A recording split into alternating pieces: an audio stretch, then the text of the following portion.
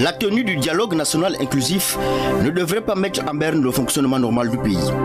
La machine ne devrait pas être bloquée, au sens où les administrations restent ouvertes et devraient demeurer constantes en vitalité. Même si les titulaires des portefeuilles ministériels et les secrétaires généraux sont disséminés au sein des différentes commissions. Il serait inconcevable que l'administration tourne au ralenti et que le traitement des dossiers subisse la lenteur administrative. Le travail devrait en principe promptement être fait sans encombre dans tous les secteurs.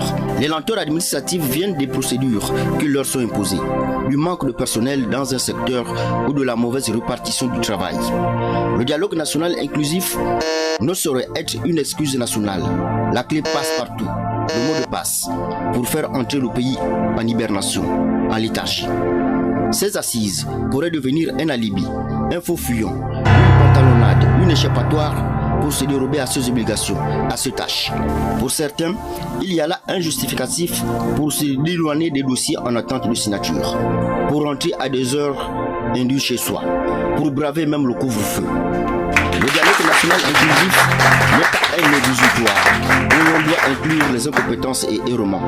L'administration doit continuer à travailler avec rapidité, efficacité, célérité, soin et exactitude. 600 participants ne vont tout de même pas bloquer le pays, surtout que tout le monde n'est pas partie prenante au dialogue. Mais pour ceux qui se cachent derrière le dialogue, l'argument fallacieux qu'ils brandissent est « le travail du blanc ne finit jamais ».